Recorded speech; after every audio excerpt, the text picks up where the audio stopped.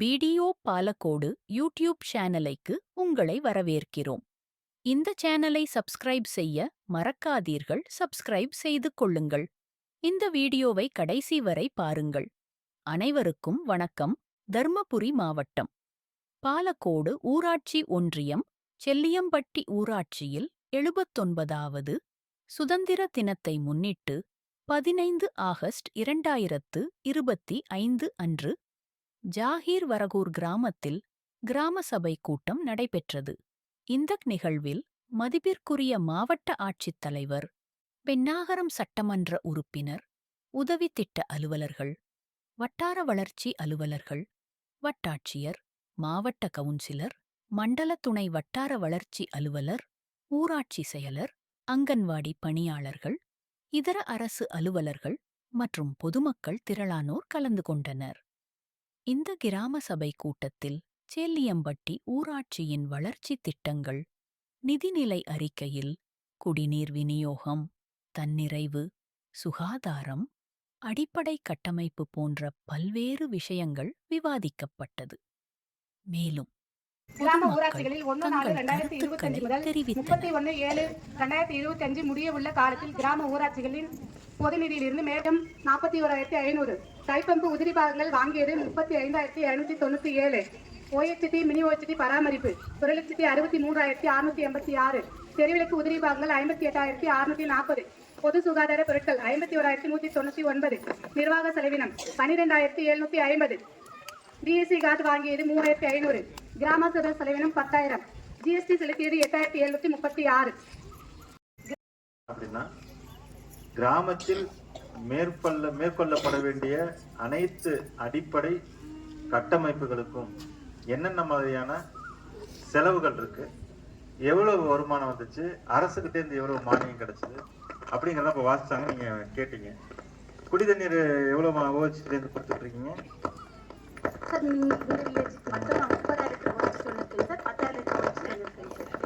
30,000 OHT ஒன்று இருக்கு. அதான் 30,000 லிட்டர் 10,000 லிட்டர் OHT தண்ணி வருதா? கொடுக்குறாங்களா?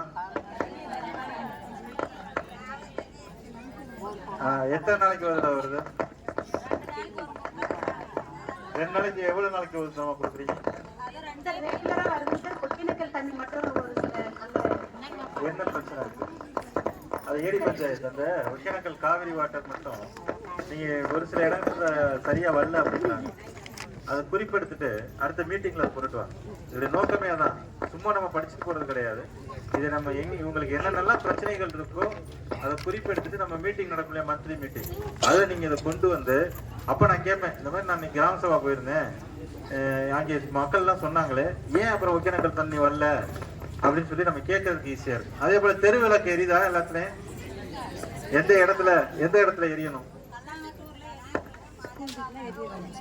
குறிச்சிங்கம்மா, பஞ்சாயத்து குறிச்சிங்க. குடி தண்ணீர் மாதிரியே தெரு விளக்குகள்ல எங்கெங்கெல்லாம் அவங்க சொல்றாங்களோ அந்த இடத்துல தெரு விளக்குகள் தேவைன்னா சொல்லுங்க, நம்ம ஃபண்டே வாங்கலாம் கவர்மெண்ட் கிட்ட. கம்பம் இருக்கு, தெரு விளக்கு போடணும், விளக்கு மட்டும் போடணும்.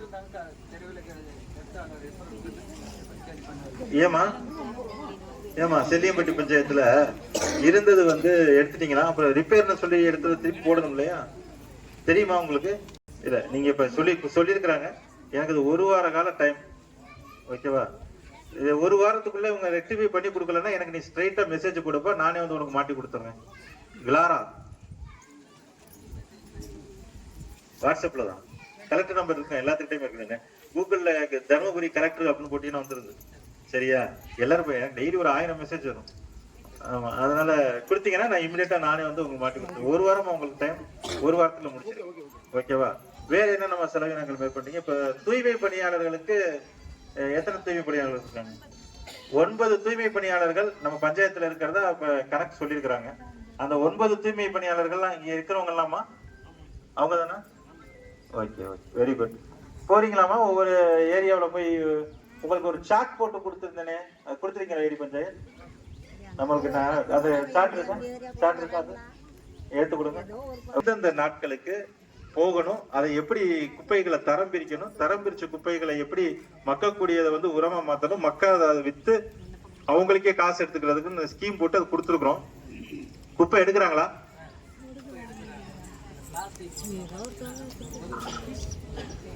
அதுதான் தப்பு, அது பண்ணக்கூடாது. ஆக்சுவலா அந்த பிளாஸ்டிக் பொருளை உங்களுக்கே அதை வித்து அதுல வர்ற காசை உங்களுக்கு பிரிச்சு எடுத்து கொடுக்கறதுக்கு ஒரு ஸ்கீம் போட்டு பிளான் போட்டு கொடுத்துருக்கேன். அது ஓரளவுக்கு ஒரு சில பஞ்சாயத்துல நல்லா நடைமுறைப்படுத்திட்டு இருக்கிறாங்க. அதுல உங்களுக்கு வருமானமும் வரும். ஒண்ணு. ரெண்டாவது, பிளாஸ்டிக் தயவு செய்து எரிக்காதீங்க. அது அந்த கொளுத்துற வர்ற புகையில முதல்ல பாதிக்கப்படுறது நீங்க தான், அதுக்கப்புறம் தான் மத்தவங்க. சரியா? அதனால தயவு செய்து அது பிளாஸ்டிக் கொடுத்தாதீங்க. பிளாஸ்டிக்கை தயவு செய்து கலெக்ட் பண்ணி வைங்க. அதை நம்ம ப்ராசஸ் பண்ணி பக்கத்துல இருக்கிற அரியலூர்ல இருக்கிற சிமெண்ட் ஃபேக்டரிக்கு அதை கொடுத்துடலாம். அல்லது நம்ம இப்ப இதுல கொடுத்தீங்கன்னாக்கா ரோடு போடுறதுக்கு அதை எடுத்துக்கிறாங்க, தார்ல கலந்து மிக்ஸ் பண்றதுக்கு. ஒண்ணு அப்படி பயன்படுத்தலாம், இல்ல சிமெண்ட் ஃபேக்டரிக்கு கொடுத்துடலாம். இல்ல பிளாஸ்டிக் வந்து டன் கணக்குல 10 டன் 20 டன் இருந்துச்சுன்னா அதை காசு கொடுத்து வாங்கிக்கிறாங்க. அந்த காசு உங்க எல்லாத்துக்கும் பிரிச்சு கொடுத்துடலாம். ஒரு டன் 5000 ரூபாய் 6000 ரூபாய்க்கு நீங்க 10 டன் வச்சிருந்தீங்க அப்படின்னா அதுல ஒரு 30,000 40,000, மொத்தம் 9 பேர் இருக்கீங்கன்னா 9 பேருக்கு பிரிச்சு கொடுத்துக்கலாம். ஸோ இதை வந்து செயல்முறைப்படுத்துறதுக்காக ஒரு ஸ்கீம் போட்டு ஏற்கனவே கொடுத்து உங்க பஞ்சாயத்து செக்ரட்டரிக்கெல்லாம் ட்ரைனிங் கொடுத்துருக்கீங்க. ஆக்சுவலா அதுக்காக தான் வந்தேன். பஞ்சாயத்து செக்ரட்டரிக்கு நம்ம அவ்வளவு சொன்னோமே, அவங்க எல்லாம் கரெக்டா பண்றாங்களா இல்லையா அப்படிங்கிறது. அதனால இனிமே தூய்மை பணியாளர்கள் தயவுசெய்து இந்த சார்ட் போட்டு கொடுத்துருப்போம், அதில் ஃபிக்ஸ் பண்ணி கொடுத்துருப்பேன், அதை பயன்படுத்துங்க. இதுல 2 விஷயம். ஒண்ணு, நம்ம அந்த சார்ட் படி பண்ணீங்கன்னா ஊர்ல இருக்கிற எல்லா குப்பையும் நம்ம கிளீன் பண்ண முடியும். 2வது, மக்காத குப்பைகள்லாம் நம்ம கண்ட்ரோலுக்கு கொண்டுட்டு வந்து இப்படி சுற்றுப்புறத்தை பாதிக்கிற அளவுக்கு நம்ம இருக்க வேண்டிய அவசியம் இல்லை. அதை நம்மளே ப்ராசஸ் பண்ணி காசையாவது வருமானம் பார்க்கலாம். வேற நம்ம செலவு பண்ணீங்க. ஜல்ஜீவன்ல எவ்வளவு போட்டிருக்கீங்க? இங்கே கிடையாது ஜல்ஜீவன்ல. ஓகே, வேற ஸ்கீம் கேகேல நம்ம இந்த வருஷம் போன வருஷம் 14. அதாவது கலைஞர் கனவு இல்லம் அப்படிங்கறதுல 350 ஸ்கொயர் ஃபீட்ல 3,60,000 ரூபாய்க்கு நம்ம அருமையான ஒரு வீடு கட்டி கொடுக்கறதுக்கு தமிழ்நாடு அரசு தகுதியான பயனாளிகளை எடுத்து அது கட்டி கொடுத்துட்டு இருக்கோம். இப்ப போன வருஷம் ஒரு 2,950 கட்டி கொடுத்து முடிச்சிட்டோம். இப்ப இந்த வருஷம் ஒரு 3,500. நான் மாவட்டம் முழுக்க சொல்றேன். அதான் இங்க 10 பயனாளிகள் இந்த ஊரை சேர்ந்தவங்க அப்படிங்கிறாங்க. அந்த 10 பயனாளிகள் இருக்காமா லிஸ்ட்? அப்படியே படிங்க. நான் இப்ப பயனாளிகள் பேர் வாசிக்கிறேன். அந்த பயனாளிகள் உண்மையிலேயே உங்க ஊர்ல இருக்கிறாங்களா அப்படின்னா நீங்க தூக்குங்க. ஏன்னா பக்கத்து வேற இல்லாத பயனாளிகளுக்கு யாராவது கொடுத்துட்டாங்களா நம்ம செக் பண்ணலாம். சரியா? செக் பண்ணுவோமா? பாருங்க ஆர்வமா இருக்கிறாங்க. செக் பண்ணலாம் சார். சொல்லுங்க, பேர் சொல்லுங்க. சந்திராராஜன் தெரியுமா யாருக்காவது? தெரியும்னா தெரியும் சொல்லிருங்க. ஓகே, தெரியுமா? நம்ம ஊருக்காரங்க தானா? ரைட். அடுத்து பச்சையம்மாள் வயா, ஊர் சொல்லுங்க. அதுவும் வர தெரியுமா? பச்சையம்மாள் வயாபுரி தெரியும். தகுதியானவங்க தானா? ஏழை தானா? ரைட். தெரியுமா? ஓகே, அவங்களும் தகுதியானவங்க தானா? இல்ல கவர்மெண்ட் இந்த மாதிரி ஆபீசர் பையன்லாம் அவங்களுக்கு எல்லாம் கொடுத்துட போறாங்க? ஆமா, ஏன்னா அது அரசு அலுவலர்கள் இருக்கக்கூடாது. நல்ல உங்களுக்கு தகுதி என்னன்னாக்க நல்ல ஏழை பாவம், அவங்களுக்கு ஒரு நல்ல வீடு கட்டி கொடுக்கணும். வேற எதுவும் ஆதரவு இல்லை, சாதாரணமா கூலி தொழில் தான் செஞ்சுட்டு இருக்கிறாங்க அப்படின்னா நம்ம அவங்களுக்கு வீடு கட்டி கொடுத்தலாம். பட்டா மட்டும் இருந்துச்சுன்னா போதும். அடுத்துமா பாக்கியலட்சுமி ஸ்ரீகாந்த் கடுக்கப்பட்டியா? கடுக்கா. ஓகே, தகுதியானவங்க தான் நம்ம அவங்க. Okay, right. இல்ல உங்க வீட்டுல ஏதாவது அரசாங்க வேலை பாக்குறாங்களா? ரைட். அடுத்து மாட்டையாம்பட்டி ராஜேஸ்வரி.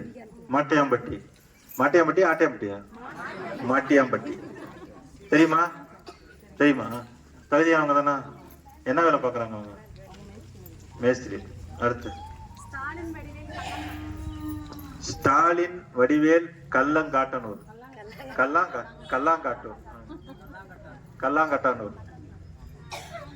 தெரியுமா?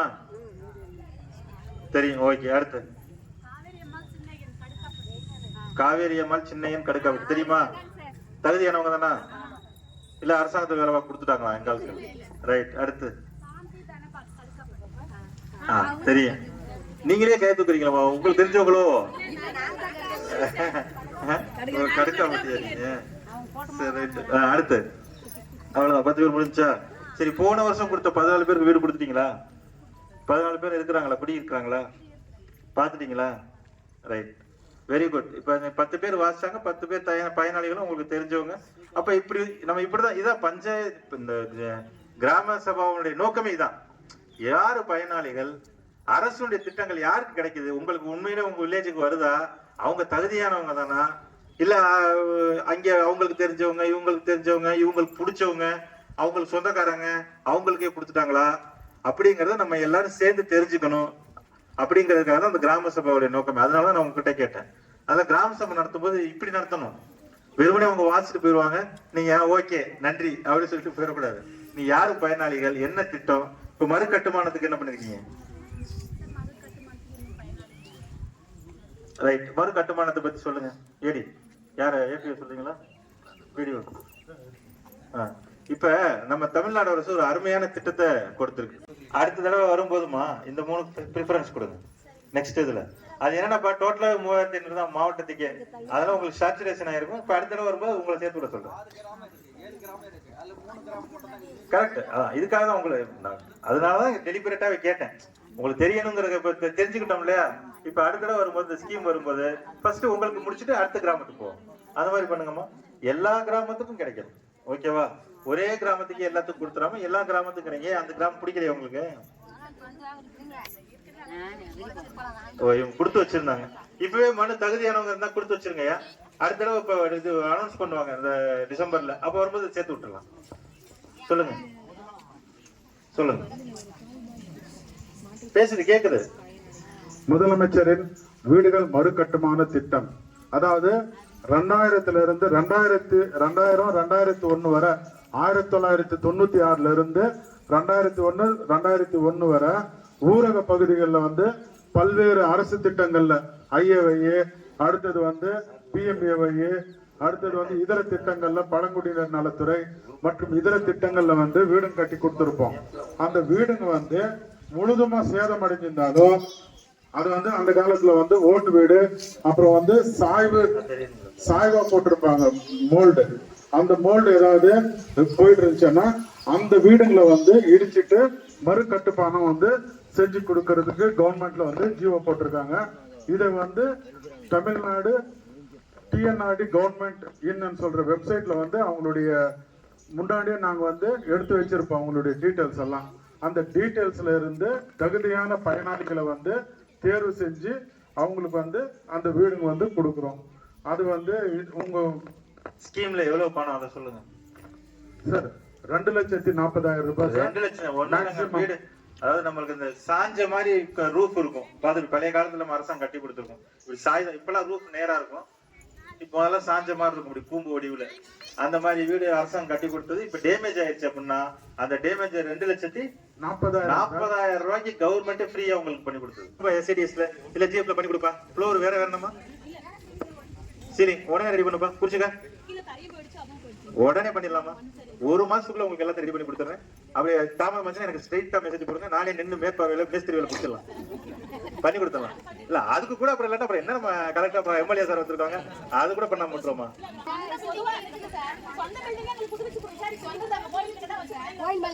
ஓ, சொந்த பில்டிங்க ரிப்பேர் பார்த்து சொல்றேன். ரிப்பேர் பார்த்தா போதுமா? பாத்தீங்களா? போகும்போது நீங்க பாத்துக்கோ. பிசி எங்க இருக்கீங்க? பிசி அருண், அதை குறிச்சுக்கங்க. இப்ப போகும்போது பாத்து போட்டோ போட்டு விடுங்க. இப்ப தைரியமா சொன்னாங்க. இப்ப உங்களுக்கு ஒரு அருமையான அங்கன்வாடி கட்டடத்தை நானே உடனடியா பண்ணி கொடுக்கறது இங்கே உத்தரவு போட்டேன். அப்ப அந்த மாதிரி உங்களுக்கு வேணுங்கிறத இந்த இடத்த தைரியமா நீங்க கேட்கறதுக்காக தான் இந்த கிராம சபா. சரியா? திட்டமெல்லாம் இருக்கு அப்படின்னு உங்களுக்கு சொல்லிடலாம். அதை யாருக்காவது வேணும்னா பயன்படுத்திக்கலாம். அடுத்து இந்த சிறு பாசன குளங்கள், ஏரிகள் புதுப்பித்தல். இப்ப ஏறக்குறைய நான் ஒரு 97 குளங்கள் ஸ்பான்சர் வாங்கி நிறைய அதெல்லாம் ஃபுல்லா தூர்வாரி அதுக்கு கரையெல்லாம் பலப்படுத்தி சுத்தி மரம் வச்சு கீழே நிலத்தடி நீர் மட்டத்தை உயர்த்தணும். விவசாய பயன்பாட்டுக்கு வேணும், குடிநீர் பயன்பாட்டுக்கு வேணும் பண்ணிட்டு இருக்கோம். இது இல்லாம ஒரு 66 குளங்கள் அரசுடைய நிதி மூலமா எடுத்திருக்கோம். ஏறக்குறைய ஒரு 160 குளங்கள் எடுத்து வேலை பார்த்துட்டு இருக்கேன். உங்க ஊர்ல ஏதாவது குளம் எடுத்து பண்ணணும்னா சொல்லுங்க, அதையும் நம்ம யாராவது ஸ்பான்சர் பிடிச்சி கூட ரெடி பண்ணி கொடுக்கலாம். இங்க இருக்குதா அந்த மாதிரி பெரிய ஏரி குளங்கள்? சின்ன சின்னதுதான். தூர்வாரிடுவோமா? அந்த அளவுக்கு இருக்கா? கரையை மட்டும் கரையை பலப்படுத்தினா கரெக்டா இருக்கும். சரி, ரைட், ஓகே. அடுத்ததாக சுய உதவி குழுக்கள்ல 2 அருமையான திட்டம் நம்ம அரசாங்கம் கொடுத்துட்டு இருக்கு. ஒன்னு தோழி அப்படிங்கிறது, இன்னொன்னு பிஆர்சி ஜிஆர்சிமா. ஜிஆர்சி என்னது? Gender resource centre. அதாவது இந்த தோழி அப்படிங்கிற இதுல சுய உதவி குழுக்கள்லயே ஒரு மெம்பர் இந்த மாதிரி நல்லா இன்ட்ரெஸ்டா இருக்கிறவங்க எல்லா மக்களுக்கும் தெரிஞ்சவங்க, தோழி அப்படின்னு சொல்லி உருவாக்கி இவங்க என்னென்னலாம் இஷ்யூஸ் இருக்கோ அந்த கிராமத்துல, குறிப்பா பெண்கள் மற்றும் குழந்தைகளுக்கு எந்த விதத்திலையும் எந்த தீங்கு நேரக்கூடாது அப்படிங்கிறதுக்காக தான் இப்படி ஒரு நல்ல அமைப்பை ஏற்படுத்தியிருக்கோம். இங்க பெண்களுக்கும் குழந்தைகளுக்கும் என்னென்ன மாதிரியான பாதுகாப்பு ஏற்பாடுகள் இருக்குங்கிறத இப்ப சொல்லுவாங்க. அது இப்ப ஆரம்பிச்சிருவோம். நீங்க உடனடியா அந்த மாதிரியான எது உங்களுக்கு தான் நடக்கணுங்கிற அவசியம் இல்லை. உங்களுக்கு தெரிஞ்சவங்களுக்கு நடக்கலாம், இல்ல அவங்க பயந்துகிட்டு வீட்டுக்கு திட்டுவாரு, மாமனார் திட்டுவாரு, மாமியார் திட்டுவாருன்னு ஒரு மர்மம் பயந்துட்டு அப்படி இருந்தாலும் கூட உங்க ஃப்ரெண்டுங்கிற மாதிரி நீங்க தகவல் கொடுத்தாலே போதும். நாங்க உடனடியா வந்து அந்த பெண்ணுக்கா இருக்கட்டும், அந்த குழந்தைகளுங்கிறது ஆம்பளை பிள்ளையா இருந்தாலும் சரி, பெண் குழந்தையா இருந்தாலும் சரி, குறிப்பா பெண் குழந்தைகளை ப்ரொடெக்ட் பண்றதுக்கு நிறைய திட்டங்கள் இருக்கு. பிரச்சனை, கொடுமை, தாக்குதலுக்கு உள்ளாக்குறது, ரொம்ப அசிங்கப்படுத்துறது, இல்ல வேற யாராவது ஒரு கூட்டமா சேர்ந்துக்கிட்டு இந்த ஊர்ல 10 பேர் சேர்ந்துக்கிட்டு ஏதாவது ஒரு குடும்பத்தை தாக்குதல் பண்றது, அதை கேட்க போனா ஊர் பஞ்சாயத்துல எல்லாம் பிரச்சனை பண்றாங்க, எங்களுக்கு பயமா இருக்கு அப்படின்னு அந்த மாதிரியான பிரச்சனைகள் இருந்துச்சுன்னா சைலண்டா இவங்க கிட்ட சொல்லலாம். இது நாங்க உடனடியா தலையிட்டு அவங்களுக்கு பாதுகாப்பு கொடுப்போம். வெறுமனே பேசுறது கிடையாது, அவங்களுக்கு பாதுகாப்பு கொடுத்து தங்க வச்சு சாப்பாடு போட்டு மேல டிஸ்ட்ரிக்ட் லெவல்ல கொண்டு போய் தேவைப்பட்டுச்சுன்னா அங்கேயும் வச்சு ட்ரீட்மெண்ட் வேணும்னா ட்ரீட்மெண்ட் எடுக்கலாம். பாலியல் ரீதியா துன்புறுத்தப்பட்ட பல குழந்தைகளுக்கு இப்ப இந்த மாதிரியான பாதுகாப்பு மையங்கள் ரொம்ப நிறைய இங்க ட்ரீட்மெண்ட் கொடுத்துட்டு இருக்கிறோம். அருமையான ட்ரீட்மெண்ட் கொடுத்துட்டு இருக்கு. எதுக்காக உங்களுக்கு சொல்றேன்னா, இப்படிப்பட்ட பெண்களையும் குழந்தைகளையும் காப்பதற்கு அருமையான திட்டங்கள் இங்க இருக்கு. அதை நீங்க பயன்படுத்திக்கங்க. இப்ப நான் அந்த ஜிஆர்சி சென்டர்லாம் அந்த மாதிரி வரும்பொழுது ஆய்வு செய்வேன். அந்த சென்டர் எப்படி இருக்கு, நல்ல ஆரோக்கியமான சென்டரா இருக்கா, அங்க நல்லா தூய்மையா இருக்கா, பாதுகாப்பு முதல்ல பாதுகாப்பு வேணும்னு சொல்லி ஒரு பெண்ணோ ஒரு குழந்தைய வந்தா பாதுகாப்போட இருக்குதா, அந்த இல்லம் வந்து ஜிஆர்சி சென்டர் பாதுகாப்பா இருக்குதா அப்படிங்கிறத நான் ஆய்வு செஞ்சு வரேன். அப்பெல்லாம் பார்க்கும்போது ரிஜிஸ்டர்ஸ்ல எனக்கே ஆச்சரியமா இருக்கு. நிறைய பதிவுகள் இருக்கு, நிறைய பேர் வந்து அதுல பயனடைஞ்சிருக்காங்க. நானே போன் பண்ணி கேட்பேன், இவங்க எதுக்காக வந்தாங்க அப்படின்னு சொல்லி. என்னம்மா வந்தீங்களா? ஆமா சார் வந்தேன் சார். என்ன சார் திடீர்னு என்ன வந்து ஒரு 4-5 பேர் சேர்ந்துட்டு தாக்குதலுக்கு உள்ளாக்குனாங்க, நான் பாதுகாப்பு தேடி நான் இங்க வந்தேன் அப்படின்னு சொல்லி ஒரு பொண்ணு வந்து சொல்லியிருந்தாங்க. அவங்க கிட்ட பேசினேன். அப்புறம் என்னமா சொன்னாங்க சார், எனக்கு 2 நாள் பாதுகாப்பு கொடுத்தாங்க. அப்புறம் போலீஸ்ல சொல்லி நடவடிக்கை எடுத்து என்னை அழகா படிக்கிறதுக்கு தேவையான எல்லா ஏற்பாடும் செஞ்சாங்க. எனக்கு 14 வயசு தான் ஆகுது, எனக்கு அதுக்குள்ள கல்யாணம் பண்றதுக்கு ஏற்பாடு பண்ணிட்டாங்க, எனக்கு தயவுசெய்து காப்பாத்துங்க, நான் படிக்கணும்னு விரும்புறேன் அப்படின்னு சொன்னாங்க. அப்புறம் அவங்களுக்கு பாதுகாப்பு கொடுத்து அவங்களை படிக்க வச்சு, சோ இந்த மாதிரி குழந்தை பருவத்திலேயே கல்யாணம் பண்றதெல்லாம் தடுக்கணும். அதெல்லாம் ரொம்ப முக்கியம். இந்த பகுதியில நான் இங்கே உங்களுடைய கிராமத்தை சொல்லல, பல இடங்கள்ல பாத்தீங்கன்னாக்கா ஒரு 16 வயசு ஆயிடுச்சுன்னா டப்புன்னு கல்யாணம் பண்ணி கொடுத்துறாங்க. 16 வயசு ஆயிடுச்சுன்னா அவங்களுக்கு பக்குவமே இருக்காது, உடல் ரீதியாகவும் சரி மன ரீதியாகவும் சரி. அவங்களால ஒரு குழந்தைய சுமக்கிறதுக்கோ இல்ல ஒரு குடும்பத்தை நடத்துறதுக்கோ அவங்களுக்கு 16 வயசுல என்ன தெரியும். அதனால எப்போதுமே நம்மளுக்கு 18, 20 வயசு 21 வயசுங்கிறது ஆப்டிமமான வயசு. பெண்களால வந்து அவங்களுக்கு உடவுலாம், அதாவது ஒரு வீக்கா இருக்கிற 15 வயசு 16 வயசு குழந்தைங்களுக்கு குழந்தை பிறந்துச்சு அப்படின்னா அந்த குழந்தை எப்படி இருக்கும், அது அடுத்த தலைமுறை எவ்வளவு வீக் ஆகும், அதெல்லாம் நம்ம யோசிச்சு பார்க்கணும்ல. இப்படி நிறைய போன் கால் வருது, இதெல்லாம் நம்ம அட்ரஸ் பண்றோம். அதே போலதான் நான் சொன்ன மாதிரி ஒரு பாப்பா, சார் எனக்கு 15 வயசு தான், நான் படிக்கணும்னு விருப்பப்படுறேன், எனக்கு கல்யாணம் பண்றதுக்கு வீட்டுல ஏற்பாடு பண்ணிட்டாங்க. அப்புறம் நாங்களே கூப்பிட்டு பேசி 2 நாள் அந்த பாப்பா வச்சிருந்து அவங்களுக்கு எல்லா கவுன்சிலிங் கொடுத்து அப்புறம் அப்பா அம்மாவை கூப்பிட்டு, ஏங்க 15 வயசுல என்னங்க இப்ப இந்த சமயத்துல கல்யாணம் பண்ணி கொடுத்தீங்கன்னா உடம்பு ரொம்ப வீக்காகி போயிடும், அவங்களால ஒரு குழந்தையவே தூக்கி சுமக்கிற அளவுக்கு அவங்களுக்கு உடம்புல சக்தியும் கிடையாது, அனிமிக்கா இருப்பாங்க, நாளைக்கு பிறக்கிற குழந்தைக்கும் பிரச்சனை, அதனால நீங்க தயவு செய்து படிக்க வைங்க. பெண்கள்லாம் இன்னைக்கு நல்ல அருமையா நல்ல நல்ல வேலைக்கெல்லாம் போறாங்க, நல்ல உங்க குடும்பத்தையே சம்பாதிச்சு கொடுப்பாங்க. அப்புறம் கவுன்சிலிங் பண்ணா அப்புறம் அவர் ஏத்துக்கிட்டாரு, சரிங்க நான் படிக்க வைக்கிறேன்னு சொல்லிட்டு, அதான் வெற்றி. அந்த மாதிரி நீங்க இந்த மாதிரி எந்த பிரச்சனையா இருந்தாலும் சரி, குறிப்பா பெண் குழந்தைகள் பெண்களுக்காகவே இந்த ஜிஆர்சி மையம் ஏற்படுத்தப்பட்டுள்ளது. அது எங்க இருக்குன்னு ஒரு இடம் சொன்னாங்க, என்ன அது கரகதள்ளி ஹவுசிங் போர்டு போட்டுக்கு ஆப்போசிட்லிங்க சார். ஆமா, அதை பயன்படுத்திக்கங்க. இதுதான் அந்த அதுக்கு சுய உதவி குழு உள்ள மெம்பர் தான் இருக்கு, அதை வந்து பராமரிச்சு பண்ணு, அவங்க தான் பாத்துக்கிட்டு இருக்காங்க. நீங்களும் பயன்படுத்திக்கலாம், அதுக்காக தான் இப்ப சொன்னது. அப்புறம் அடுத்த உட்காருங்கம்மா. ரைட், இது கடைசி எப்ப கிளீன் பண்ண சொல்லுங்க நீங்களே. 1ஆம் தேதி கிளீன் பண்ணாங்களா? யாராவது பாத்துருக்கீங்களா? கிளீன் பண்ணுங்க. வரவூர் யாரு இருக்கீங்க? அமைதியா தான் இருக்கிறாங்க. இதை மௌனம் சம்மதம் எடுத்துக்கிறதா இல்ல எப்படியாவது பஞ்சாயத்து செக்ரட்டரி காப்பாத்தி விட்டுருவோம், கலெக்டர் கிட்ட இருக்கிற தடவை வேற வழியில மாட்டிக்கிட்டாங்க வசமா அப்படி நினைக்கிறீங்களான்னு எனக்கு தெரியல. அதாவது இது வந்து உங்களுக்கு ஒரு விழிப்புணர்வு ஏற்படணும் அப்படிங்கிறதுக்காக தான். இதை தவிர வேற ஏதாவது திட்டங்கள் இருந்துச்சு அப்படின்னாக்கா, இப்ப இந்த அருமையான ஒரு கிராம சபை கூட்டத்துல முதல்ல உங்களை எல்லாம் சந்திக்கிறதுக்கு ஒரு நல்ல வாய்ப்பு கொடுத்த தமிழ்நாடு அரசுக்கும் இங்க இருக்கிற ஏடி பஞ்சாயத்து நம்ம மதிப்பிற்குரிய சட்டமன்ற உறுப்பினர் பெண்ணாகிற அவங்க எல்லாத்துக்கும் முதல்ல வணக்கத்தை தெரிவிச்சுக்கிறேன். இப்ப நான் சொன்ன மாதிரியே அடுத்த சட்டமன்ற உறுப்பினரும் உங்களுக்கு தேவையான என்னென்ன விஷயங்கள் வேணுமோ அதுவும் சாரும் இப்போ உங்ககிட்ட கேட்பாங்க. இது ஆக்சுவலா கிராம சபையோட நோக்கம் நீங்க பேசணும், நாங்க வந்து நீங்க உங்களுக்கு கோரிக்கைகளை நாங்க வந்து தீர்த்து வைக்கணும். இதுல மாறாக கிராம சபை எல்லா இடத்துல எப்படி நடந்துட்டு இருக்கு, நாங்க வந்து எங்க ஆட்கள் வருவாங்க வேகமா படிப்பாங்க, முடிஞ்சு போச்சு எல்லாம் பாய் பாய். அனைவருக்கும் அன்பான வணக்கம்.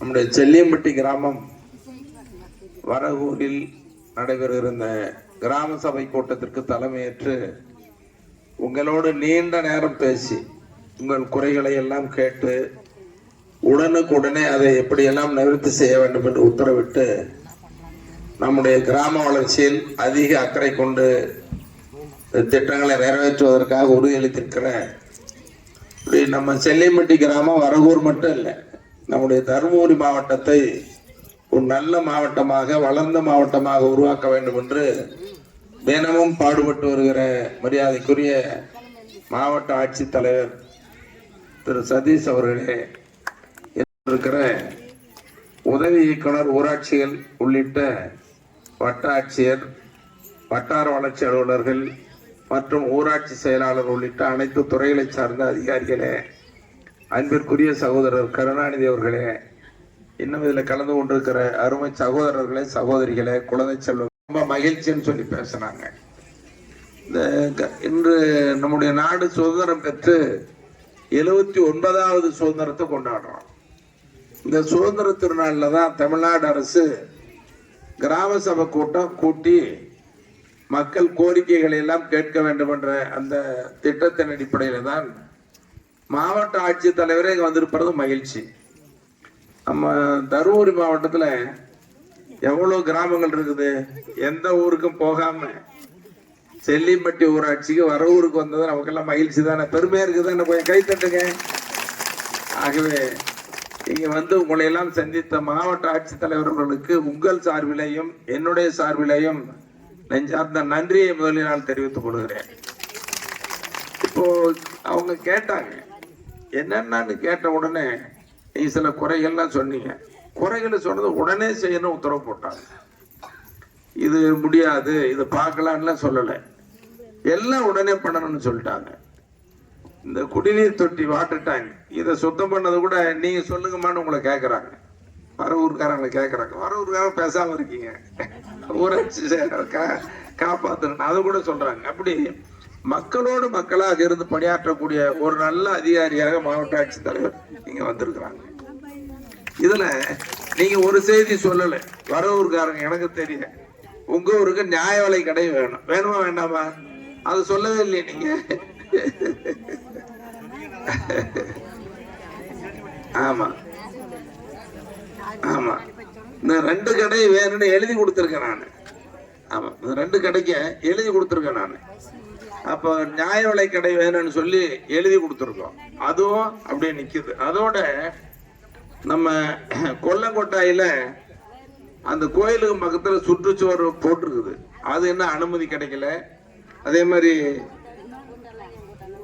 சுட்டுக்கொட்டாய் அங்க கோயில ஃபேவர் பிளாக் போடணும்னு சொல்லி கேட்டிருக்கிறீங்க, அதுவும் என்ன அப்படியே நிக்குது. நம்ம கள்ளங்காட்டானூர்ல அந்த சுடுகாட்டு கூட காம்பவுண்ட் ஒரு சுற்றுச்சுவர் போட்டிருக்கிறோம், ஞாபகம் இருக்கா, அது ஒண்ணு போட்டு கொடுத்துருக்கு. அப்புறம் கடுக்காப்பட்டியில ஒரு பஸ் நிறுத்த மாட்டோம், பேருந்து நிறுத்த மாட்டோம், பஸ் செல்ட்ரோ அங்க ஒண்ணு போட்டிருக்கிறோம். சங்கம்பட்டியிலே அதே மாதிரி ரேஷன் கடை கட்டியிருக்கு. இப்படி சிலதெல்லாம் பண்ணியிருக்கிறோம். இன்னும் நம்முடைய மாவட்ட ஆட்சித்தலைவர் அவர்கள் உதவியோடு செல்லியம்பட்டி ஊராட்சிக்கு வேண்டிய தேவைகளை எல்லாம் நிறைவேற்றுவார் என்ற நம்பிக்கையோடு உங்கள் சார்பில் மீண்டும் ஒரு முறை நன்றியை தெரிவித்துக் கொண்டு, உங்களை சத்தியத்துல மகிழ்ச்சி என்று சொன்னா மட்டும் போதாது, இதுல ஆண்கள் வந்திருக்கிறாங்க, பெண்கள் அதிகமா இருக்கீங்க. பெண்கள் தான் ஒரு வீட்டுக்கு ரொம்ப முக்கியமானவங்க. பெண்கள் இல்லாமல் குடும்பம் இல்லை. ஒரு குடும்பம் நல்லா இருக்குதுன்னு சொன்னா பெண்கள் சரியா இருக்கணும். நான் சரியான குறை சொல்லல, ஆண்கள் கஷ்டப்பட்டு உழைக்கிறாங்க, சம்பாதிக்கிறாங்க. அது சம்பாதித்ததை ரொம்ப சிக்கனமா செலவு செய்யறவங்க, பக்குவமா குடும்பம் நடத்துறவங்க, பெத்த குழந்தைகளை நல்ல ஒழுக்கமுள்ள குழந்தையா படிக்கிறக்கூடிய குழந்தைய வளர்க்கறதெல்லாம் தாய்மார்கள் தான். அப்ப குடும்பத்தினுடைய மிகப்பெரிய பொறுப்பும் கடமையும் தாய்மார்களுக்கு தான் இருக்குது. அதனால ஆண்கள் உழைத்தாலும் கூட குடும்பத்தை பார்த்து கொள்ள வேண்டியது, குழந்தைகளை பேணி வளர்க்க வேண்டியது உங்க கடமை தான். அதனால நான் மாவட்ட ஆட்சித்தலைவர் அவர்களும் நானும் உங்களை கேட்டுக்கொள்வது, குழந்தைகள் எல்லாம் நல்லா படிக்க வைங்க, படிச்சாதான் எதிர்காலம். இங்க வந்திருக்கிற நீங்க எல்லாம் ஓரளவுக்கு தான் படிச்சிருக்கீங்க, இதுதான் நீங்க எல்லாம் பட்டப்படிப்பு படிச்சவங்களும் வந்திருக்கீங்க, பட்டதாரிகளும் இருக்கீங்க. நீ வருங்காலத்துல எந்த வீட்லயும் பட்டதாரி பெண்கள் இல்லை, எல்லாம் பட்டம் படிச்சிருக்கிறாங்க, பெண் குழந்தைகள் படிச்சிருக்கிறாங்க, ஆண் குழந்தைகள் படிச்சிருக்கிறாங்கன்னு சொல்ற நிலையை உருவாக்கணும்.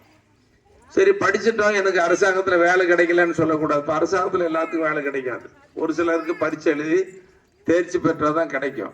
இப்படி அரசு வேலை கிடைக்கலாம், இல்லைன்னா கூட தனியார் வேலை, சுயமா தொழில் செய்யறது, இப்படி எல்லாரும் வாழ்க்கையில முன்னேறணும். அப்ப ஒவ்வொரு குடும்பமும் முன்னேறினாதான் அந்த கிராமம் முன்னேறணும். இப்போ எல்லா கிராமம் முன்னேற நம்மளுடைய நாடு வளரும். அப்போ ஒரு குடும்பத்தினுடைய வளர்ச்சியில தான் நம்முடைய நாட்டினுடைய மேம்பாடு அடங்கி இருக்குது. அதனால தான் அரசாங்கம் வீடு இல்லாதவங்களுக்கு வீடு கட்டி கொடுக்கறது. இப்போ பாருங்க, குடி தண்ணீர் வசதி, காவிரி தண்ணி வரலன்னு சொல்றீங்க. காவிரி தண்ணி வரலதான், 2 நாளைக்கு ஒரு தடவை வருது, 3 நாளைக்கு ஒரு தடவை வருது. தெருவிளக்கு, சாலை வசதி, அடிப்படை வசதி இல்லை, ரேஷன் கடை வசதி, அப்புறம் பள்ளிக்கூடத்தில் பழுதடைஞ்சிருக்குன்னு அப்போ சொன்னாங்க. இந்த 2 பெண்கள் சொன்னாங்க, தரை போயிடுச்சு.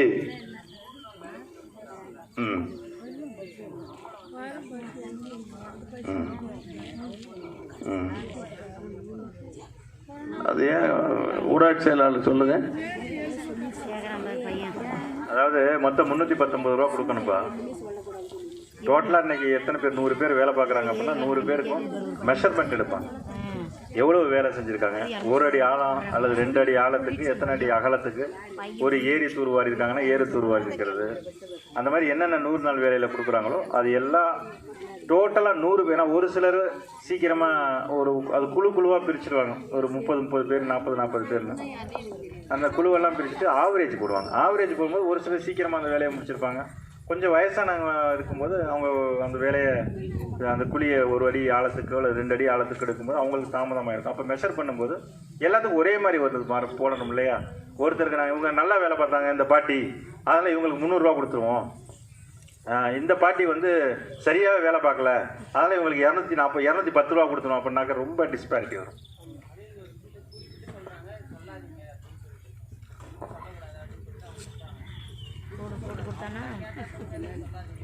இல்லை, எனக்கு உண்மை தெரியணும்ல, அதுக்காக தான் கேட்ட நல்ல விஷயம்தான். அதுக்காக தான் அது வருது. ஆனால் அதில் என்ன ஒன்று அப்படின்னா, நீங்கள் சொல்கிற மாதிரி 240 ரூபா அளவுக்கு குறையாது. அதை நான் தெளிவாக சொல்லிடுறேன். எவ்வளோ குறையும் அதில் 250க்கு குறையாது சார். அதாவது 275, 280 அளவுக்கு வந்துடும். எவ்வளவு அவங்க கம்மியாக வேலை பார்த்தாலுமே 275, 280க்கு வந்துடணும். சரியா? அதுக்கு கவர்மெண்ட்டில் ஃபண்டு கொடுத்தா. பட் அதை அவங்க சார் நாங்கள் எங்களுக்கு 240 கொடுத்துட்டு அவங்க மிச்சம் 50 ரூபா எடுத்துக்கிறாங்கன்னா அப்படி முடியாது. அவங்களால 1 பைசா கூட அதில் எடுக்க முடியாது. ஏன்னா எல்லாமே உங்களுக்கு டைரக்ட் அக்கௌண்ட்டில் வந்துடும். அது என்னென்னா, அதை ப்ராப்பராக அளந்து அதை ரெக்கார்டு எல்லாத்தையும் பதிவு பண்ணி அதை மெஷர் பண்ணி அவங்கள வேலையாட்களை அதிகப்படுத்தி வேலையை சீக்கிரம் வாங்கினா நிறைய எல்லாத்துக்கும் பணம் கிடைக்கும். பணம் கிடைக்கும்போது 100 பேர் வேலை பார்க்குறா, 100 பேர்த்துக்கும் கூட 40 ரூபா கிடைக்கும். ஆனால் இது சார் இது குறையிற பணமெல்லாம் அவங்க எடுத்துக்கிறாங்கன்னா அதுவும் முடியாது. இது ஒன்று என்ன தெரியுமா, ஒன்று அவங்கள ப்ராப்பராக வேலை வாங்கணும், 2வது இது ப்ராப்பராக அவங்க ரெக்கார்ட் பண்ணணும். இது 2ம் பண்ணால் 290 ரூபா சாலாக கிடைக்கும். 280லேருந்து 290. நான் நிறைய இடத்துல அதாவது ஒரு நார்மலாக 290, 300 அந்த ரேஞ்சுக்கு வந்துடும். நான் இப்போ அதுக்கு கண்டிப்பாக எல்லாத்துக்கும் 300 ரூபாய்க்கு கீழே கொடுக்கக்கூடாது. அதுக்கு தகுந்தாற் போல் அவங்களுக்கு நல்ல தேவை கைடன்ஸும் பண்ணுங்கள், மெஷர்மெண்ட்டும் அவங்களுக்கு கொடுத்து நிறைய வேலை அளவு நிறையா கொடுத்து அவங்களுக்கு 300 ரூபாய்க்கு வர்ற மாதிரி பண்ணுங்கன்னு சொல்லியிருக்கேன். அதுக்கு என்னென்னா, அவங்க சோம்பேறித்தனமாக இருந்தாங்கன்னா இது நடக்கும். கொஞ்சம் சுறுசுறுப்பாக பண்ணணும். என்ன, நிறைய வேலை எடுக்கணும். ஒர்க்கு நிறைய எடுத்தாங்கன்னா நிறைய மெஷர்மெண்ட்டு கிடைக்கும், நிறைய ஆட்கள் வேலை பார்ப்பாங்க. அப்போ ஆட்டோமேட்டிக்காக காசு கூட வரும். வேலை இருக்கிறதே ஒரு தம்மாந்துண்டு வேலை எடுத்துடுறது, அதை 10 நாளில் முடிகிற வேலையை 35 நாளைக்கு பிரித்து எடுக்கிறது. அப்போ என்ன, ஆட்டோமேட்டிக்காக ஒரு நாளைக்கு கம்மியாகும். இதுதான் நடக்கிறது. ஸோ அவங்க என்ன தப்பு பண்ணுறாங்கிறதே உங்களுக்கு சொல்லிட்டேன். நீங்கள் என்ன செய்யணாக்கா, அவங்களுக்கு ஒத்துழைப்பு கொடுத்து அவங்களுக்கு குற்றம் சாட்டுறது அப்படிங்கிறத விடுத்துட்டு வேலையை ஐடென்டிஃபை பண்ணி கொடுக்கலாம். இந்த இடத்துல இந்த கொஞ்சம் பாருங்கள், சுத்தமாக தூரே இல்லாமல் இருக்குது, அங்கேயே எங்களுக்கு வேலை கொடுக்கலாம் அப்படின்னு சொல்லி அந்த மாதிரி நீங்கள் வேலையும் அந்த இடத்துல சொல்லி அப்படி கேட்டிங்கன்னா வேலையை அதிகப்படுத்தினா உங்களுக்கு காசு நல்லா கிடைக்கும். இவங்க என்ன பண்ணுறதுனா வேலையை அதிகப்படுத்துறது கிடையாது. ஏன்னா அவங்களுக்கு வேலை வந்துடும் நிறையான்னு. அதை நான் சொல்கிறேன். அதனால் கிராமங்கள் முன்னேறணும். ஒவ்வொரு குடும்பமாக நல்லா உழைக்கணும், சம்பாதிக்கணும், குழந்தைகளை படிக்க வைக்கணும். உங்கள் குடும்பம் நலமாக வளமாக வாழ வேண்டும் என்று இந்த கிராம சபை கூட்டத்தின் வாயிலாக உங்கள் அனைவரையும் வாழ்க வளர்க என வாழ்த்தி நிறைவு செய்கிறேன். நன்றி, வணக்கம். மாவட்ட ஆட்சியர் நல்ல மாவட்ட ஆட்சித்தலைவர். இதை நான் அடிக்கடி பார்த்துட்டு இருக்கேன், நிறைய பேர் பார்க்குறேன். சொல்லுங்க தம்பி. எல்லாரும் அப்படியே இருங்க. இப்போ முடிச்சுட்டு நாங்கள் கிளம்பும்போது உங்கள்கிட்ட நானும் சட்டமன்ற உறுப்பினரும் ஒவ்வொருத்தராக வாங்க.